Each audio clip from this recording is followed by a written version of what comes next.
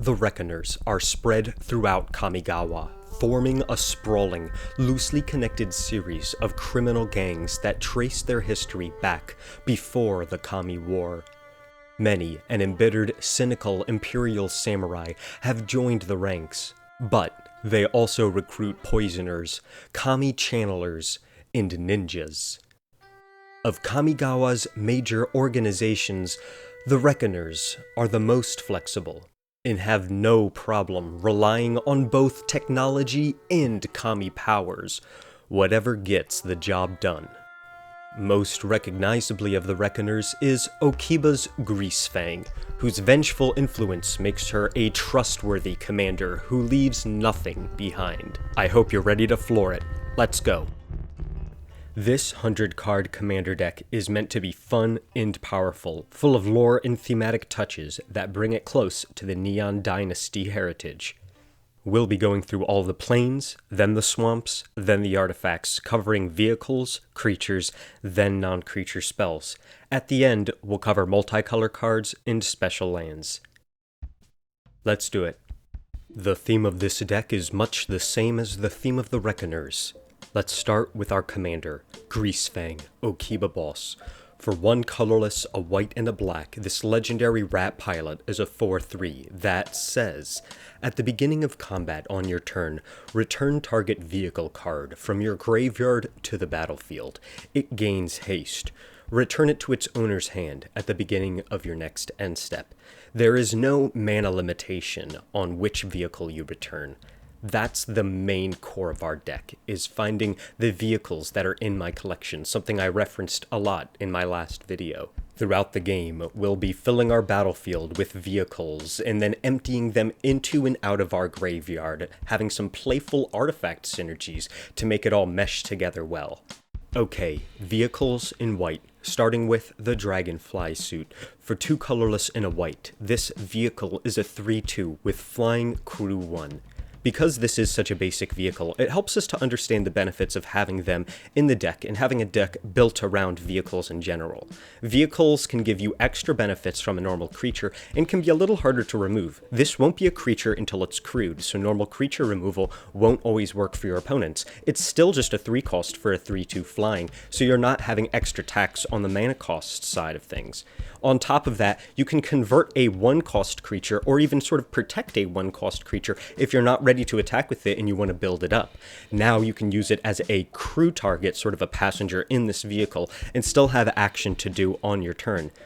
Next, we have Imperial Recovery Unit. For 2 colorless and a white, it's a 3/4 vehicle. Whenever it attacks, return target creature or vehicle card with mana value 2 or less from your graveyard to your hand, crew 2. This has the shallow benefit of being a crew 2 that turns into a 3/4, and it's only a 3-drop, but it also has a subtle benefit. Your commander says at the beginning of combat you may return something to the battlefield, and it has haste. This says whenever this creature attacks, which would be after the beginning of combat, so you'll still be able to get your commander, you'll be able to get this afterwards, and if you only have 1 vehicle, you won't be forced to return it to your hand instead of doing the most likely more preferable thing, which is to put it onto the battlefield.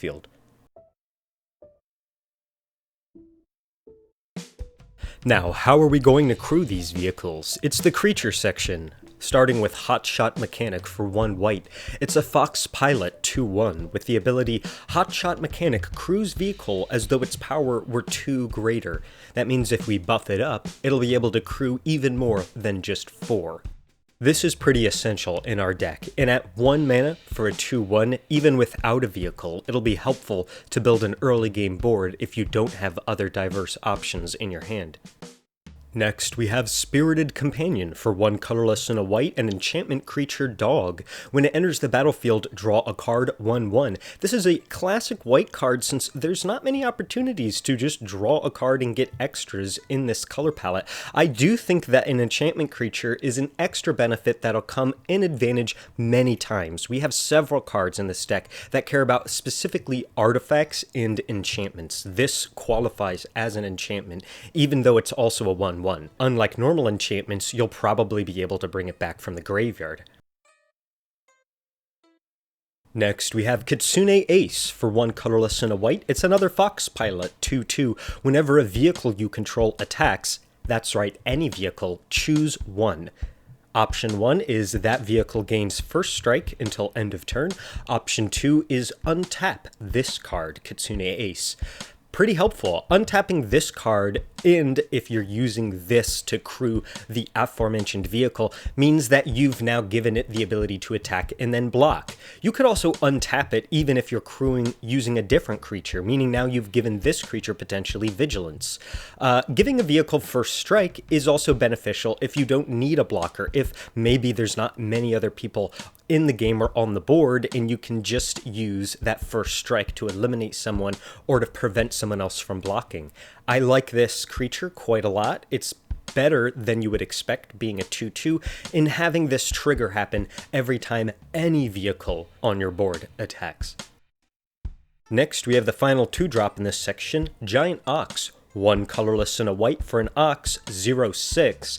Giant Ox crews vehicles using its toughness rather than its power. So it's a 2-drop, 0/6. It's not even a defender, so you might be able to attack later on in the game with it.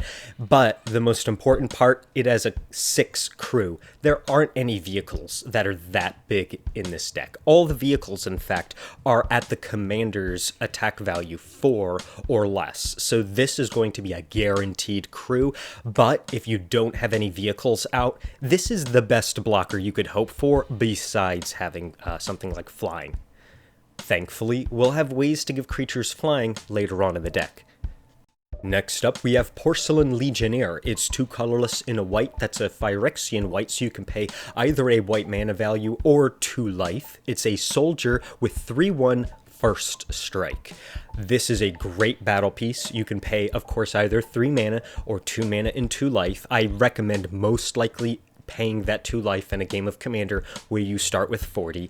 Having 3/1 means that you'll use this for crewing when you don't need to use its first strike, and you'll have ways to do small combat tricks as a blocker, or particularly because of its artifactness, to bring it back from the graveyard. Next, we have Starnheim Courser for 2 colorless and a white. It's a Pegasus 2/2 with flying, and it says artifacts and enchantment spells you cast cost 1 less to cast. This is incredible. For a common, you're getting so much out of it. A flying 2/2 means you most likely will crew this and keep it around until you need that flying protection, and you'll particularly want to keep it around because artifacts and enchantments are everywhere in this deck. That means even your Spirited Companion is now a 1-drop. Draw a card creature. Next, we have Norika Yamazaki, the Poet, for 2 colorless and a white. It's a legendary human samurai, 3/2, with vigilance. It also says, whenever a samurai or warrior you control attacks alone, you may cast target enchantment card from your graveyard this turn. That is all the enchantments in the game. We'll see that in the next category. That includes enchantment creatures, and this is a samurai. We'll see other samurais and warriors, but in particular, this is nice as a vigilance single piece unit on the board. I don't think you need extra benefits. You'll want extra ways to crew and extra blockers because this deck only really needs your commander to make its engine pump away. So keep Norika in mind, a 3-drop legendary. Next, we have Cloudsteel Kirin for 2 colorless and a white. It's an equipment Kirin with flying, 3/2. Equipped creature has flying, and you can't lose the game, and your opponents can't win the game. So it has Reconfigure 5, which happens at sorcery speed. You turn this from a creature into equipment, and that creature that it's equipped to now has flying in that text. So this means once equipped, you have a Platinum Angel. That's all there is to it, a flying Platinum Angel, but on its own, it's a flying 3/2 that again will be increasingly helpful as the game goes on. Next, we have Selfless Glyph Weaver for 2 colorless and a white. It's a human cleric, 2/3. Exile Selfless Glyph Weaver, and creatures you control gain indestructible until end of turn. On the back, it's Deadly Vanity for 5 colorless and 3 black, a sorcery. Choose a creature or planeswalker, then destroy all other creatures and planeswalkers. So we're very light on board wipes in this deck. We have 2 rather expensive ones at least. But I do think that the front side of this, the 2/3 that allows you to give all your other creatures indestructible, means that this card has 3 uses. First of all, it's a nice 2/3 creature in case you need one. Paying 3 mana in case you need one is not horrible. Then, at any time, you can exile it and give all your creatures indestructible. This might give you the opening to take a player out, the opposite of a board wipe, essentially a get-out-of-jail-free card. Then, on the back, we have the ability to save a creature and wipe. This is actually a little nicer than usual in our deck. Our deck wants our commander to be out, and then every turn we'll automatically get any vehicle out of the graveyard. If we just choose to save our commander, then we'll be able to slowly build back regardless of how much mana we have. So overall, it's interesting that some of the commons in this deck already seem better than this at rare level, but I appreciate its inclusion and I like having 2-sided cards, especially when we have ways to bring things back from the graveyard, especially if they're creatures. Next, we have Mesa Enchantress for 1 colorless and 2 white. It's a human druid 0/2. Whenever you play an enchantment spell, you may draw a card. That's right, that little dog we saw before, now that draws 2. I think this is pretty powerful. It is a little expensive at 3 drop, 2 of which is white, but I think it's helpful, and you'll have some ways to protect things, and you won't mind sacrificing or discarding this if it's not appropriate at the time. I always think it's advantageous to have cards that clearly have benefits at certain points in the game to make that decision-making process easier when you do have to get rid of one of them, or when you do have to sacrifice one to an attacker. Next, we have Auriok Salvagers for 3 colorless and a white. It's a human soldier, 2/4, with an ability 1 colorless and a white. Return target artifact card with converted mana cost 1 or less from your graveyard to your hand. This is available now in Double Masters. What a beautiful card. There are actually a ton of 1 mana cost or less cards, even 0, in this deck. Yes, they have to be artifacts, not a big deal. Beyond that, being a 2/4 is nice. A crew 2 is pretty common in this deck as well, and you can crew higher cost, a crew 4 if you have 2 creatures that satisfy that requirement.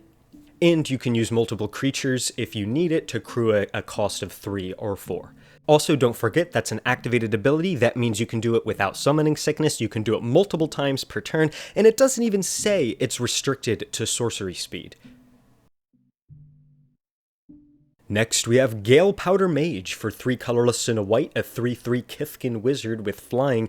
Whenever it attacks, exile another target creature. Return that card to the battlefield under its owner's control at the beginning of the next end step. So it doesn't have to be your creature, and it comes back at the beginning of the next end step, which would be the turn that attackers are happening. So I like this. It's a flying 3/3, so maybe that attack will get in automatically. If it doesn't, you'll be able to blink another target creature. That's important. You can't do this creature. But if you've already crewed a vehicle, you could potentially blink that vehicle if that's something you want. And as always, you get the benefits of blinking, like shaking off enchantments like a pacifism.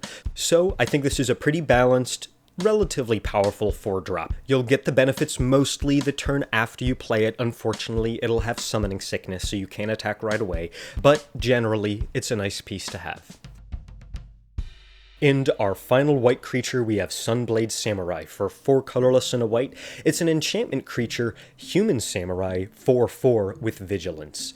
It also has Channel for 2 colorless. Discard this card, search your library for a basic plains card, reveal it, put it into your hand, then shuffle. You gain 2 life. So not much to do with that life gain, but this is very nice. It's a 4/4, that means it can crew any vehicle in the deck. It has Vigilance, so if you don't want to crew a vehicle, it'll be cool to have that Vigilance around.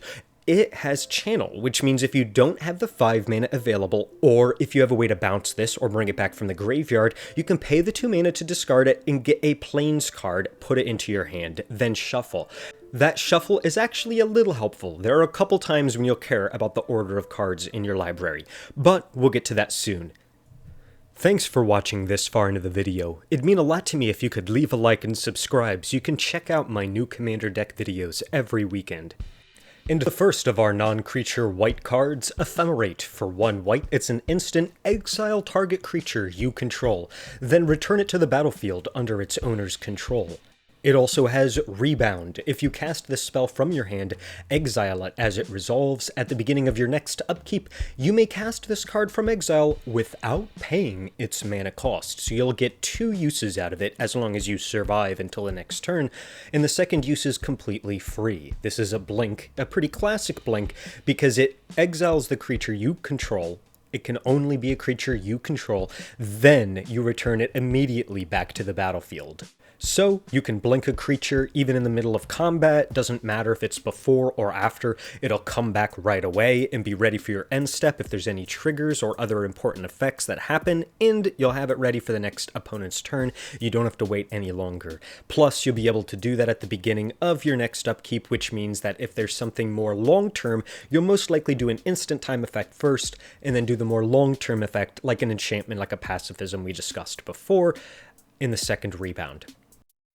Next, Mishiko's Reign of Truth. For 1 colorless and a white, it's an enchantment. Target creature gets 1/1 until end of turn for each artifact in or enchantment you control. So that'll be the first 2 lore counters. That means when you play it, you'll give a creature 1/1 until end of turn. The next turn, or if you have any way to proliferate, you'll do this again. Then the third step is that you exile it and transform it, which is the backside. On the back it says, Portrait of Mishiko, an enchantment creature, human noble 0/0. It gets 1/1 for each artifact and/or enchantment you control. So this will include any of your special enchantment creatures, your special equipment creatures. This will include any mana rocks. It's very versatile, and you'll get those bonuses before it flips over. I think you ultimately like the backside much more than the front side, but you're not waiting around too long. Next, we have Touch the Spirit Realm. For 2 colorless and a white, an enchantment. When it enters the battlefield, exile up to 1 target artifact or creature until it leaves the battlefield. So a little more versatile than your usual pacifism, the one I keep bringing up. You're able to get an artifact, which could include a mana rock or some of those crazier equipments, if that's more useful than, let's say, the creature itself. It also has Channel. For 1 colorless and a white, discard it, exile target artifact or creature, then return it under its owner's control at the beginning of the next end step. So whereas the permanent effect you'll most likely apply onto your opponent, that Channel ability is a blink that you'll use on your own creature or artifact. That could be nice. Plus, as I've mentioned before, if you can bounce this or somehow bring it back from your graveyard, you'll be able to use whichever ability you want and not be locked to that first one that you chose. Already our final white card, Born to Drive. 2 colorless and a white. For an enchantment aura, enchant artifact or creature. As long as it's a creature, it gets 1/1 for each creature and/or vehicle you control. And it has Channel. For 2 colorless and a white, discard it. Create 2 1/1 colorless pilot creature tokens with this creature cruise vehicles as though its power were 2 greater. So we've seen this before on the Hotshot Mechanic, but we're creating 2 of these tokens for 3 mana, which is the same cost as Born to Drive itself. I think that's inherently useful. However, you also get this tricky thing. You can enchant vehicles, and they'll still have this enchantment even as they turn from vehicle back into an artifact. That's one of the consequences of vehicles, is that if you want to enchant them, it'll only work for as long as they're a creature, which means it'll wear off at the end of your turn. Born to Drive is clearly built for that use case. You'll get 1/1, and its effect is based on how many vehicles you have. So as your commander's in play and you'll get more vehicles out there, this will be a super useful thing to have, and definitely a good thing to bring back from the graveyard if you've already got a graveyard card in hand. Channel it, make those so that you'll always be able to crew any of those vehicles, particularly the one you're enchanting. And that's a wrap on the white cards. I'm excited to get into the next section. But before we do, I'm excited to announce that I'm hosting a giveaway for this video. Between now and next weekend, I'll be choosing a random comment left on this video. All you need to do is subscribe and leave a comment, and I'll be sending you this. That's all you gotta do. Anyway, back to the show. Next, for our black vehicles, we have Mukotai Soulripper. For 1 colorless and a black, it's a vehicle 4/3. Whenever it attacks, you may sacrifice another artifact or creature. If you do, put a 1/1 counter on Mukotai Soulripper, and it gains Menace until end of turn. Crew 2. This is wonderful. Also, when looking this up on Scryfall, it seems like it's the only black vehicle that's not only in Neon Dynasty, but perhaps printed in all of Magic. I think this is a great addition to a black-white vehicle-based deck. It's a 4/3, which you might notice is the same attack and toughness as your commander, and since it's a crew 2, you'll be able to substitute your commander for this, and then add a 1/1 counter. If, unfortunately, the person blocking gets 2 blockers, and the Soul Ripper goes down, the next turn you can bring it back, do it again, put it in your hand, and it's only 2 mana to cast it the subsequent turn. I think this adds up to success, and is one of the best vehicles in the deck, and in general, at a 2-drop, one of the better vehicles in Magic. Okay, for our first swamp-based creature, we have Dockside Chef. For 1 black, the squirming is how you know it's fresh. Enchantment creature, human citizen, 1 colorless and a black. For sacrifice an artifact or a creature, draw a card. At face value, you might be hoping this is a reference to that other Dockside card, but that one's an Enter the Battlefield if I remember correctly. This one works a little differently, so you pay the mana at any time, even if it has summoning sickness, and you can sacrifice any artifact or creature, including itself, in order to draw a card. This has a couple simple benefits. It's a 1-drop. That's nice. You can crew 1. It's an enchantment creature, so you should be able to get nice synergies with enchantment-based abilities. It has an activated ability that doesn't require waiting to use it. Its activated ability includes itself and artifacts, so you can even throw things under the bus like mana rocks that you might not normally be sacrificing, but, you know, in a pinch, that's a wonderful thing to have. And so I think the Dockside Chef is a great piece in this deck, with not much on the downsides.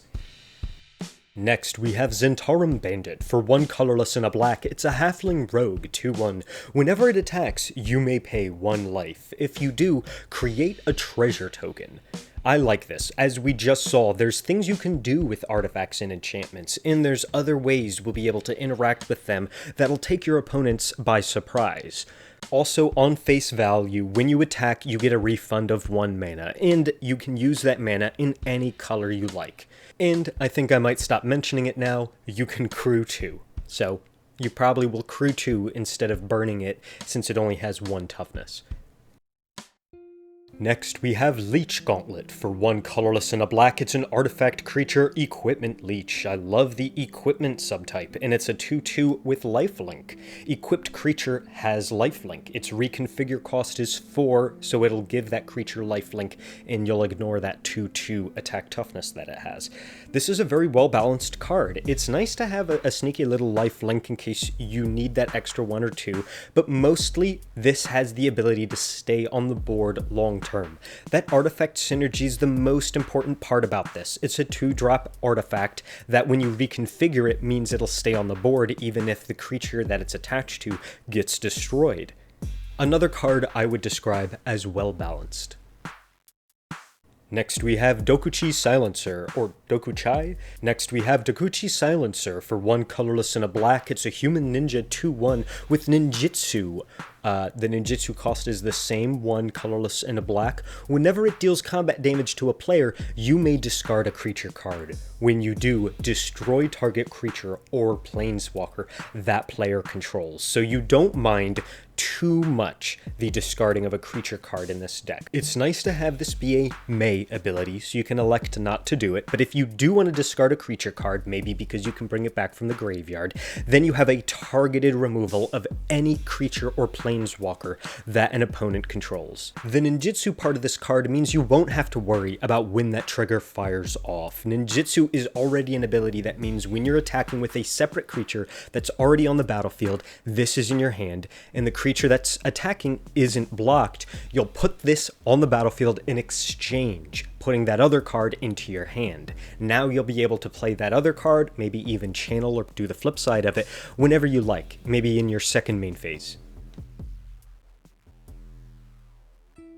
Next, we have Midnight Reaper for 2 colorless and a black. It's a zombie knight, 3/2. Whenever a non-creature you control dies, Midnight Reaper deals 1 damage to you, and you draw a card. In Commander, you don't care about that 1 damage, and drawing a card whenever any creature, including this one, dies is a wonderful benefit. Sometimes we'll be doing that on purpose, sometimes of course they'll just be dying of natural causes. Either way, this is definitely a 3 mana staple in black, and it feels welcome in this deck, when sometimes that creature might even be a vehicle that can come right back the next turn. Next, we have Vengeful Reaper for 3 colorless and a black, an Angel Cleric with Flying, Death Touch, and Haste. 2/3. Foretell for a colorless and a black. And it says, during your turn you may pay 2, exile this from your hand face down, then cast it later on for that cost of 1 colorless and a black. What a nice piece. I highly recommend using that foretell cost, because then you're only doing the colorless. You can do it on the second turn perhaps. Then when you're ready, whenever you think it's appropriate, you can cast it. I highly recommend using the foretell cost. Paying it for 2 and using it as this scary face down thing is nice, and you get a cost reduction. Essentially, you pay 2 once in the beginning of the game, maybe early on, then you pay the rest later. Especially if you're lacking in the black color earlier on in the game. This has haste as well, so after you are foretelling, or even if you don't want to foretell, you can swing in. And you might even be flipping it right before you do combat, and then now you have a flying death touch blocker that your opponents might have wasted their removal on because of the other things you were doing during your main phase. Next, we have Dark Revenant for 3 colorless and a black. It's a spirit 2/2 with flying. When it dies, put it on the top of its owner's library. That's right, this creature just won't go away. So whenever you block, whenever you attack, don't worry. If it dies, you just put it right back on the top. And I mentioned before, shuffling can be useful. If you're getting tired of having this card, if you need more things in your arsenal, then put it on top and use one of your shuffle mechanics in order to put it back into the mix, and you'll get it later on. I like this card a lot. It's only a 2/2 flying, but because it virtually never goes away, you're really getting a lot for the 4 mana. Next, we have another force that feels quite appropriate in this dark deck of Reckoners, the Oriq Loremage for 2 colorless and a black. It's a human warlock 3/3 with the tap ability, so, you know, you have to wait for summoning sickness. Search your library for a card, put it in your graveyard, then shuffle. If it's an instant or sorcery, put a 1/1 counter on Oriq Loremage, so you can search for a vehicle card. Now you'll get it right back with your commander, but you can also search for an instant or sorcery. Then you'll buff up this creature, giving it a crew 4 ability, or alternatively just making it a little scarier, or giving you that graveyard recursion that you already maybe have waiting on the board or in your hand. It's essentially a tutor, but a much more friendly version of one that might not put a target on your back right away. And for our final creature card in this category, one that again feels very appropriate for the theme of this deck, the Xathrid Gorgon for 5 colorless and a black. It's a Gorgon 3/6 with Death Touch, yes, and it also has the ability for 2 colorless and a black, tap it, put a putrefaction counter on target creature. It gains Defender and becomes a colorless artifact in addition to its other types. And its activated abilities can't be activated. So get ready to shut down your opponent's game-winning creatures. Get ready to take down any creature that is on the board. Yes, they're Defender, so they can do that one thing, but all their activated abilities go away. Their devotion is meaningless. They will no longer be a threat on the attacking phase. I think this is a clever way to remove, essentially, a creature from your opponent's battlefield, and it's pretty hard for them to get rid of it. They essentially have to blink their creature or find a way to get rid of that counter. This is not an enchantment that you're putting on that creature. This is not something that they're most likely prepared for. So at 6 mana, not only is this a 3/6 with Death Touch, it's essentially, wait for a turn, you get to shut down any creature on any opponent's board. And in a way, that'll be hard for them to counter. Hey, thanks for sticking through these swamp-based creatures. We'll be back to it in a second.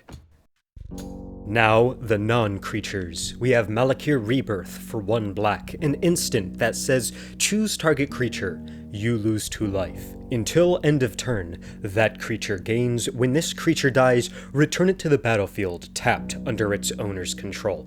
Because this card operates at instant speed, you can save a card even when attackers and blockers have already been assigned. At combat time, you can play this card and essentially blink your creature out until the end of turn. So Malakir Rebirth is already a great instant, but it also has a backside. On the back, Malakir Mine. It enters tapped and it's a swamp.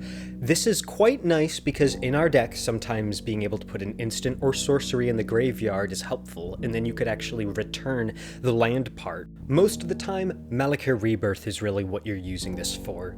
Being able to return a creature tapped back to your battlefield is wonderful. Maybe you'll get an enter the battlefield, or maybe you'll need that artifact or enchantment if it's an artifact or enchantment creature. Next up, we have Blood Beckoning. For 1 black, it's a sorcery with kicker 3, meaning you can pay an additional 3 as you cast a spell to get an extra bonus, so it's either 1 black mana or 3 colorless and 1 black.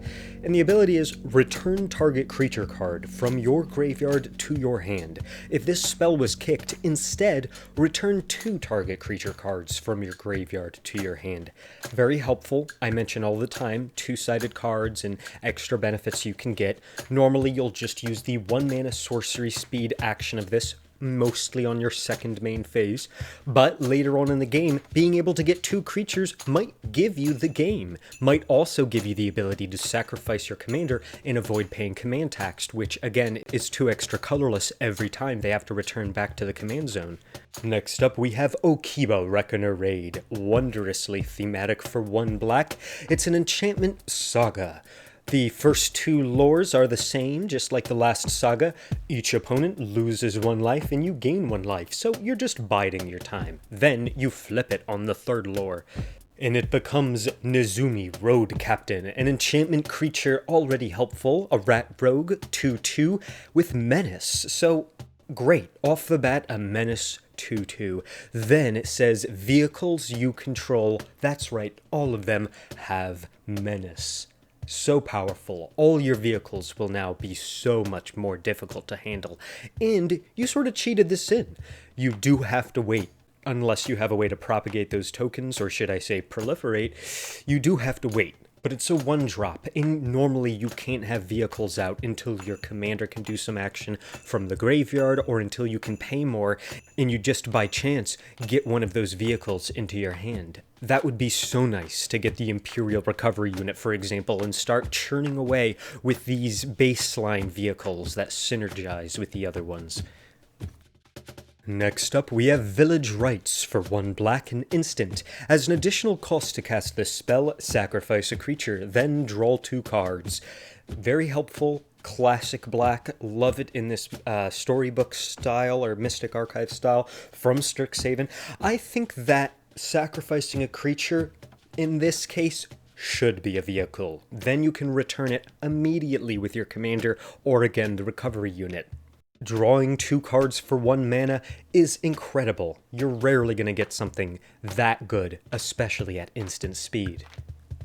Next up, for our final 1 black mana card, it's Dark Ritual, an instant. It adds 3 black mana right away in instant speed.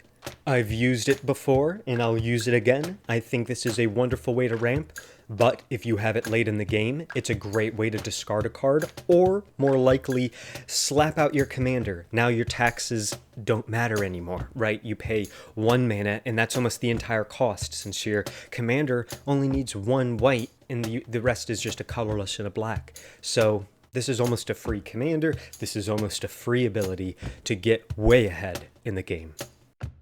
Next, it's March of Wretched Sorrow. For X colorless and a black, it's an instant. So many instants so far, love to see it. It says, as an additional cost to cast this spell, you may exile any number of black cards from your hand. This spell costs 2 colorless less to cast for each card exiled this way, so keep that in mind. You can pay 1 black in any number. If you want, you can also exile cards from your hand to pay for that X, but it's never going to be required since the base cost is 1 black. Okay, so why are you doing this? March of the Wretched Sorrow deals X damage to target creature or planeswalker, and you gain X life. This is a time where the life gain actually will be helpful. Maybe you do play this at instant speed to save you, no matter how much life is at stake. Sometimes a game of Commander can be saved at instant speed by the available mana in 1 extra black, or, especially in this case, you can save yourself with just your hand alone. But being able to remove a creature, maybe not even elect to exile cards, and then just gain that life as a bonus, wonderful. This has a home in almost every stage of the game, a card to just keep in your hand the entire time.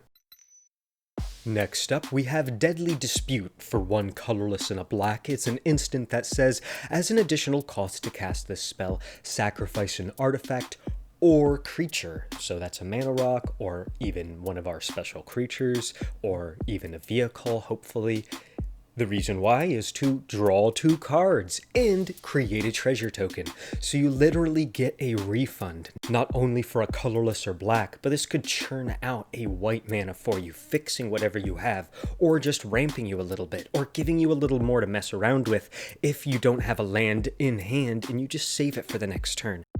Next up, we have Reckoner's Bargain for 1 colorless and a black. It's an instant, and again, as an additional cost to cast the spell, sacrifice an artifact or creature. But you also gain life equal to that permanent's mana value. That could be particularly nice, since your commander will return a vehicle directly to the battlefield. Anyway, not only do you gain life equal to their mana value, you also draw 2 cards. Very easy to put this in the deck, even though, unlike some of these others, it's just at common level. These last 2 being at common level is quite surprising. Next up, we have Rune of Mortality for 1 colorless and a black. It's an enchantment aura rune, which in this case is not that helpful, but rune cards do come up in the Kaldheim set. Keep that in mind when building your own decks with rune cards. So this is an enchant permanent. When it enters the battlefield, draw a card. Already liking this. As long as enchanted permanent is a creature, it has Death Touch. So it's a flexible enchantment that can work on vehicles. And it says, as long as an enchanted permanent is an equipment, so this could work on equipment creatures like the Kirin we saw, it has equipped creature has Death Touch. So it'll give the equipped creature Death Touch. And for something like the Kirin, now you have a Death Touch Platinum Angel. Very creative. We're sort of crafting our own disaster win con here. Next up, moving up into the 3 mana level and into the commons, we have Funeral Rites, a sorcery that says you draw 2 cards, lose 2 life, and then put the top 2 cards of your library into your graveyard. Now, it doesn't say the word then on the card, but I put it there because the order's important here. There are different versions of this mechanic, and being able to draw 2 cards first is nice. Many times in our deck, like with the Dark Revenant, we'll know what's on the top. And if you then are able to put it in your hand before milling, you'll be able to guarantee what your next play is. And as I've mentioned, putting things in your graveyard, particularly vehicles, is a nice gotcha in this deck, something that makes that graveyard thing kind of a win. Why the 3 mana to draw 2 cards is actually quite nice. You're actually drawing, maybe we'd say 3.5, because those graveyard cards are a little tangible. Next up, what a great one, it's Soul Shatter, an instant. Each opponent sacrifices a creature or planeswalker with the highest converted mana cost among the creatures and planeswalkers they control, all of them. So you don't do anything, everybody else has to take down the highest converted mana cost creature or planeswalker. And this is essentially targeting the player, not those cards. So if those cards can't be targeted, or if they have ward like a Jin-Gitaxias, this will let you get around it and only pay 2 colorless and a black. I think this is a great card in almost any black deck. So many of these instants are versatile, terrifying cards. I think this deck is slightly more powerful than the previous 2 that we featured on this show. Next up, the penultimate card in this category, Assassin's Ink, for 2 colorless and 2 black. It's an instant that says, this spell costs 1 colorless less to cast if you control an artifact, and 1 colorless less to cast if you control an enchantment. Destroy target creature or planeswalker at instant speed. I think this is an overperformer when it comes to removal, in particularly middle and late of the game. You'll be smiling when you draw this. Next up, we have Crux of Fate with a gorgeous special artwork. 3 colorless, black, black for a sorcery. Choose 1. Destroy all dragon creatures, or destroy all non-dragon creatures. So an expensive board wipe. I like this because it fits in sort of with the theme, and it's not something that everybody is used to. Something that might be surprising. Something that lets people enjoy the game more instead of seeing a board wipe that makes you frown and get upset. This is one where you play it, especially at sorcery speed. It's effective, and it's not a bad time. Now, that's a complicated way of saying that if you have a better board wipe, or if you have a preferable one, this is a good opportunity to substitute. Finally, it's time for the good stuff. What has all of this been for? What are we building up to? Where are our artifact vehicles? Let's start off with Funeral Longboat. It's one from Kaldheim, if you couldn't guess. It's 2 colorless for an artifact vehicle 3/3 with vigilance. Best part, crew 1. So slam this out, crew it up, no complaints. Next up, we have one of the best vehicles out there, the high-speed hoverbike for 2 colorless.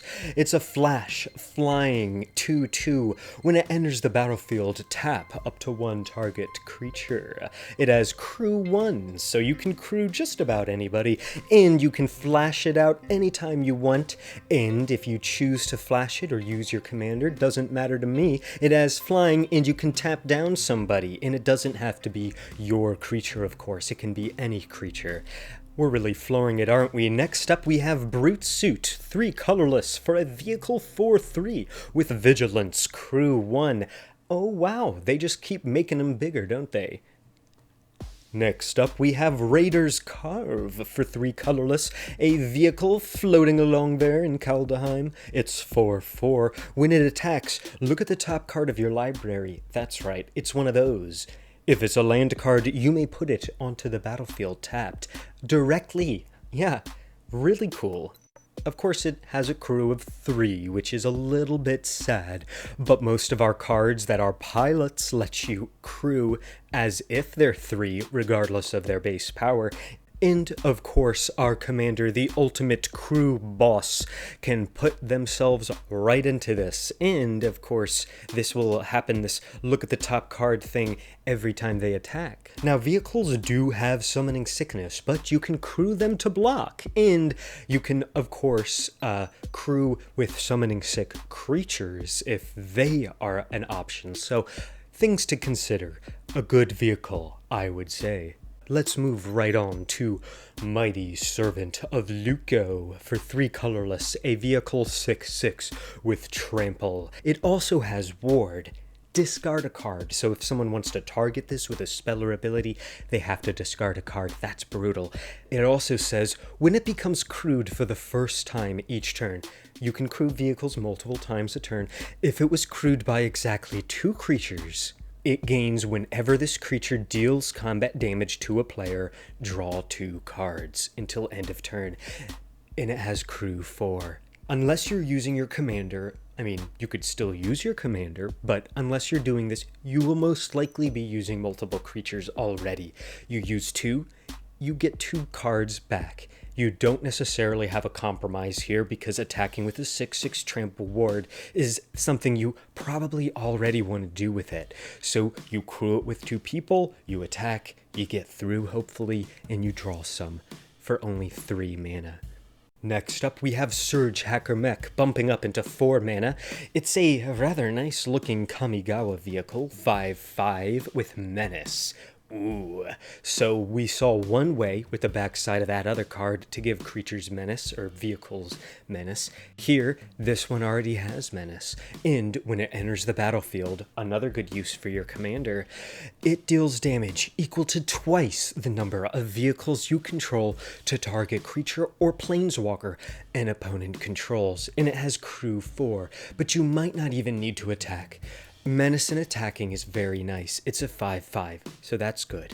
If you can just defend with this, or find a way to destroy it or sacrifice it, and then use your commander, that's where you get the money. I do think this is something that'll surprise people, even though it's written right on the card, and they should see it coming. What else could be our final and let's say ultimate vehicle in the deck? It's the Weatherlight. For 4 colorless, it's a legendary vehicle for 4/5 flying. Whenever it deals combat damage to a player, look at the top 5 cards of your library. You may reveal a historic card from among them and put it into your hand. Put the rest on the bottom of your library in a random order, and it has crew 3. Historic cards are any artifact, legendary, or saga. That is quite a few. There's so many different artifacts in this deck that I think the probability should hopefully be high. But one rather tasty benefit is the fact that you put the rest on the bottom of your library. We've seen before, and we're about to see some of the best examples yet of how we can shuffle our library and get even a little more out of this. I'd say that vehicle section was a pretty good time. Now, let's head into the artifact creatures. There's quite a few of them. Have you ever found yourself at a local game store or even a Walmart and they're selling these repackaged Magic cards? Unfortunately, if you have, you might be familiar with this first artifact creature. I hate to intro it like that, but keep those biases aside. This one's a pretty fun one. It's Stonecoil Serpent for X colorless. It's a snake 0/0 with reach, trample, and protection from multicolored, and it enters the battlefield with X 1/1 counters on it, so the amount of mana that you spent. This is a very helpful card, a bastion of defense to have on your side. Protection from multicolored means no multicolored cards can target it, and I think that that's a useful jackhammer in your deck to drill through and make sure you have something for those harder to deal with cards. Next up, we have my second favorite card in the deck, Mere Mind Servant for 1 colorless. It's a mere 1/1 with a very kooky ability, if I do say so myself. It's 2 colorless and you tap it to shuffle your library, period. I like that. Hijinks ensue. I've mentioned this many a time. This is my favorite way to do it. Next up, we have Automated Artificer for 2 colorless. It's an artifact creature artificer, 1/3, with a tap ability, add colorless, so a little bit of a mana rock, but you can only spend this mana to activate an ability or cast an artifact spell. We have several artifacts, even some that are white and black, so I think this is useful, and it's 2 mana for 1/1. How about that? Next up, we have Patchwork Automaton for 2 colorless. It's a construct 1/1 with ward 2, and whenever you cast an artifact spell, put a 1/1 counter on this card. Keep it around, use that ward to your advantage, maybe bring it back because it's only 2 mana value artifact. Lots of things you can do with this. Next up, we have Millikin for 2 colorless, an artifact creature 0/1 with a tap ability. Put the top card of your library into your graveyard. Add 1 colorless mana to your mana pool. A very welcome compromise in this deck where putting that card in your graveyard might be precisely what you need right about now. I like it. It's a 0/1, so you won't be getting much out of it until you can buff it, unless you're just using it for that tap ability. But if you are, then most likely you're milling yourself out every turn after that summoning sickness wears off, and that's almost a card draw, or at least half a card draw per turn.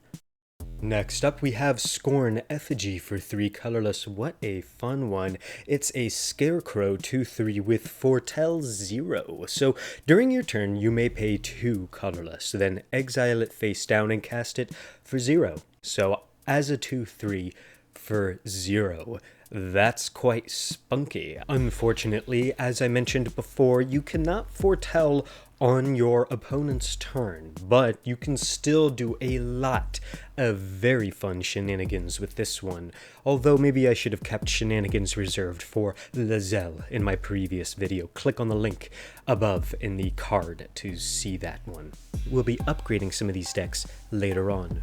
But before I get carried away, let's get to our penultimate card in the Artifact Creatures section, Reito Sentinel for 3 colorless. It's a construct 3/3 with Defender, so that means it can only defend, it can't attack. But when it enters the battlefield, target player mills 3 cards, so if you are feeling angsty, or if you know that an opponent has planned or scryed, you can do that, target them. But most of the time, you'll target yourself and maybe get some card draw out of that, especially with your commander's vehicle action.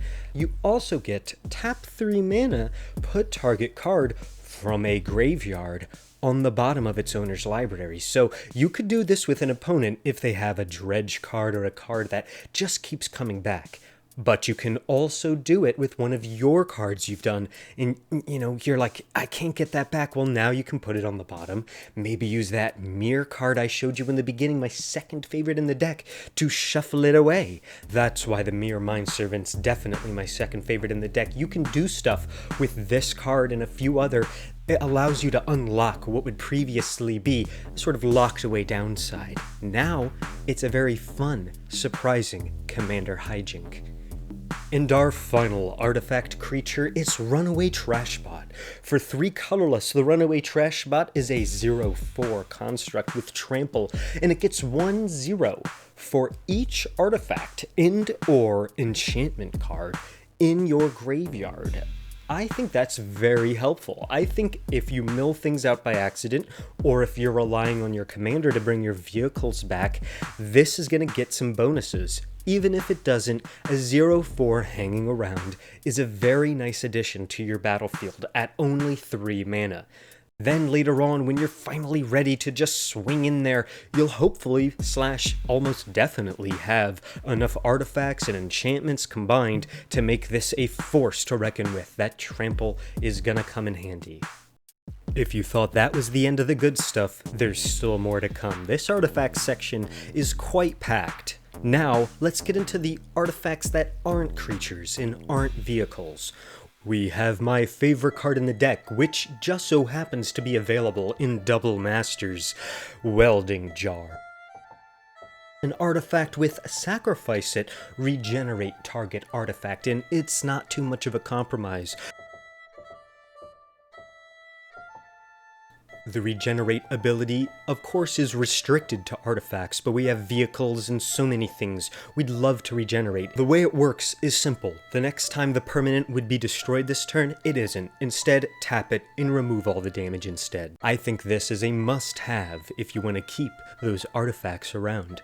Next up, a similar card, Herbal Poultice for 0 colorless. It's an artifact with the ability 3 colorless, sacrifice it and regenerate target creature. You might get more mileage out of one or the other, but having to pay 3 mana is way more of a sacrifice than, of course, just removing the artifact itself. I still think this good old Lorwyn card is quite nice. After that, we have a wonderful card, Manifold Key, for 1 colorless, an artifact that has 2 abilities.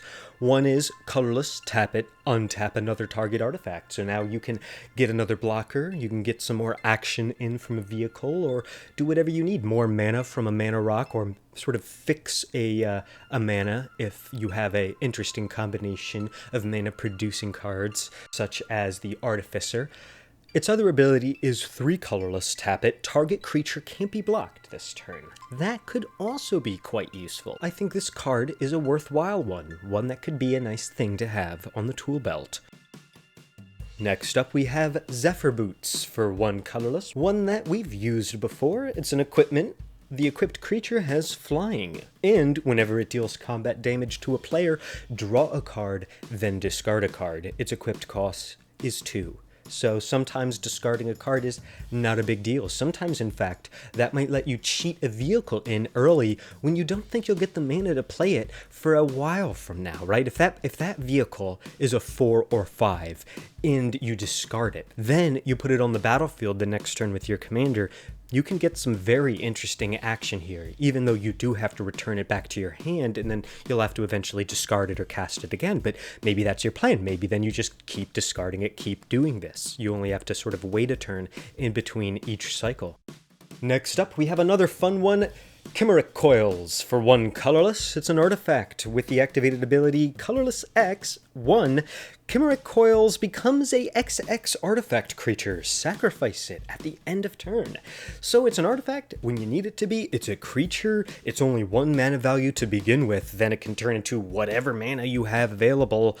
That is nice. A very handy-dandy thing considering we'll have ways to bring things back later on. This is something you'll hopefully get a double or triple play out of. Next up, we have another hijinks card with a kind of funky name. Cyanoid Sanctum for 1 colorless. It's an artifact with the activated abilities 2 colorless, tap it, remove target permanent you control from the game. So you're saving its life, hopefully, or maybe you're just getting ready for something bigger because the next ability is 2 colorless, sacrifice this card, return to play all cards removed from the game with Cyanoid Sanctum. Of course, that's exiled with the new Oracle text, and that is so nice. You're only paying 1 to cast this, then 2 every single time you want to save a card. So ideally, you're saving several cards. Then, whenever you need to win the game or save your life, you do that final action. You need 2 mana each time to do these things, and 2 mana just hanging around on your board in the beginning is hard, but towards the end of the game, hopefully you have that up anyway so that you have removal or answers. I think this is a fun one that is a little harder to get activated. I think sometimes you'll go games without seeing this in its full flavor, but when you do get it, when you have this, if you set it up as sort of a goal, this can be something that's great to reach. Next up, we have Glinthawk Idol for 2 colorless, an artifact. Whenever another artifact enters the battlefield under your control, you may have this card become a 2/2 artifact creature with flying until end of turn. It's nice because it avoids removal from creatures, and sometimes it'll be a creature just when you need it to be. Let's say this isn't happening when you need it to happen. Well, it has an activated ability, 1 white mana, only 1, and it becomes a 2/2 artifact creature with flying until end of turn. On demand. As an artifact that has some extra things in its back pocket, I think this is fun. Why not? Welcome to the Reckoner family.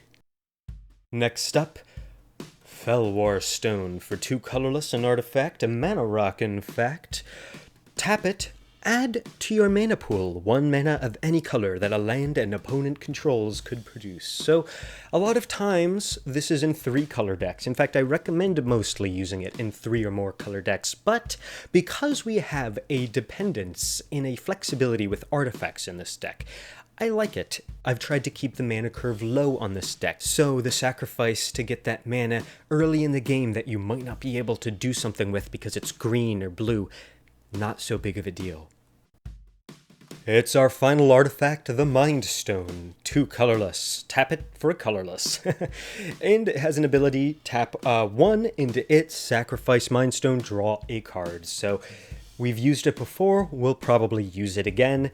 A nice artifact, particularly nice in this artifact Reckoner-themed deck. Okay, 2 more sections left. We have our multicolor cards and our special lands. So, starting it off, we have Rite of Oblivion for 1 white and a black, a sorcery. As an additional cost to cast this spell, sacrifice a non-land permanent. Any non-land permanent means you can do vehicles before they're crewed, so why are you sacrificing it? To exile target non-land permanent. That's right, any target non-land permanent. That is just so useful at only 1 white and 1 black. Plus, it has flashback for 2 colorless white-black. You may cast this card from your graveyard for its flashback cost as an additional cost, then exile it. So that means you have to do 2 colorless, 1 white, 1 black, and then still sacrifice a non-land permanent. I think this is nasty. Why not? Next, we have Vanishing Verse for 1 white and a black. It's an instant, exile target mono-colored permanent. Little restrictive, but there are also some mono-colored decks out there, so why not? And for our final why not, we have Kingpin's Pet. 1 colorless, white-black, creature, flying, thrall, it's a 2/2, and it has Extort. So when you cast a spell, any spell, while this is on the battlefield, you may pay a white or a black. If you do, each opponent, each one, loses 1 life and you gain that much life. Maybe I should call this the Hijink Handy Dandy video. I like it. Alright, moving on from the why nots, the 3 multicolors, we go into the special lands. This time, I'm happy to report, we don't have bad land section. We only have good lands. Well, according to me at least. Starting off, we have Simmerdrift Vale. It's a snow land, enters tapped, but you get to choose a color when it enters the battlefield. Then, tap it to add a mana of the chosen color. After that, we have Darksteel Citadel, an artifact land, which is indestructible. You tap it to add 1 colorless to your mana pool. Dare I say, this is absolutely essential in this deck. And after that, we have Ancient Den. It's an artifact land which specifically reminds us that lands are not spells. You tap it to add a white to your mana pool. No downside. After that, we have Roadside Reliquary. It's a land, you tap it to add a colorless. You can also tap 2 colorless into it, sacrifice it, draw a card if you control an artifact, draw a card if you control an enchantment, so 2 cards hopefully, since we have several artifacts and enchantments in this deck. And full speed ahead, we have Mech Hanger, the best land for this vehicle-centric deck. You tap it to add a colorless, or you tap it to add a mana of any color, as long as you're using that mana to cast a pilot or vehicle spell. We have lots of pilots. Even in the beginning, we saw the Kitsune Ace, for example, so the pilot or vehicle spell restriction is really not that big of a deal. It also has 1 more trick up its sleeve. You tap 3 mana into it. Target vehicle becomes an artifact creature until end of turn. So you cut any crew cost down, or let's say you don't have a creature to crew that vehicle. Now you do, just as long as you have this, which is in total 4 mana, at your disposal. That's not too much to ask for. I think this is a very preferable way to crew vehicles, in fact, and you'll most likely do this when you have the Mech Hanger around. What an amazing card. After this, we have Great Hall of Starnheim. It's a land, it enters tapped. You tap it to add a black. It also has a fun ability here. We tap 2 white and a black into it, and sacrifice it, okay? And you have to sacrifice a creature you control. Stick with me. Now the fun part. Create a 4/4 white Angel Warrior creature token with flying and vigilance. Activate only time you could cast a sorcery. People won't remember that that ability is there, probably. I think in comparison to the traditional tap land, this has some very fun, sneaky, maybe even game-winning potential in it, as long as what you're missing is flying, or what you're missing is the ability to crew, because this deck needs bodies to crew more than anything else if you need it to get that win condition. Next up, we have Shine Shadow Snarl. So this is a tap land unless you reveal a plains or swamp from your hand.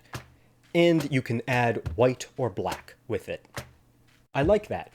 Most of the time, I've found that I will have one of those lands in my hand, and that doesn't seem like it's a lot of info to deal with. And if you don't, and then it's just sort of a traditional tap land, which a lot of people are used to dealing with. And our final land, a very classic one, Castle Lochthwain. So it enters the battlefield tapped unless you control a swamp. You can use it for a black mana. You can also tap 1 colorless, 2 black into it to draw a card. Then you lose life equal to the number of cards in your hand. We have a surprising amount of ways to gain life, so I don't think you're going to care about losing life even if you have several cards in hand. And you don't have to sacrifice this, unlike something like Racer's Ring. I'm still salty about Racer's Ring. So, yeah, Castle Lochthwain. No complaints here. And before we go, let's count up the basic lands. It looks like we have 10 swamps and 11 plains. So, a good way to use that white mana, and you have Dark Ritual, you have so many things in black that mean, don't worry. Be happy. And, of course, the mana rocks. The mana rock recursion. The Welding Jar. Just a delicious deck. One that I think will be very exciting. One that I hope Double Masters will make double as fun. Well, maybe not. But it's definitely double the price if you use the Double Master prints. Of course, you can use the older prints, which are the ones that, shh, don't tell anyone, I might be using in my deck. Anyway, I'll see you next time. Thanks so much for tuning in. I'm Icy Funiculator, and this has been another deck walkthrough. Catch you next weekend. Make sure to support me on Patreon if you want to get sneak peeks and some behind-the-scene footage, as well as a way to support my indie game, Oogie Can You Help? You can also follow me on Twitter to get updates and all sorts of fun little things that are both related and not to Magic the Gathering. Cheers. Oh, and if you haven't already, feel free to like and subscribe. Of course, that's up to you. Bye-bye for now.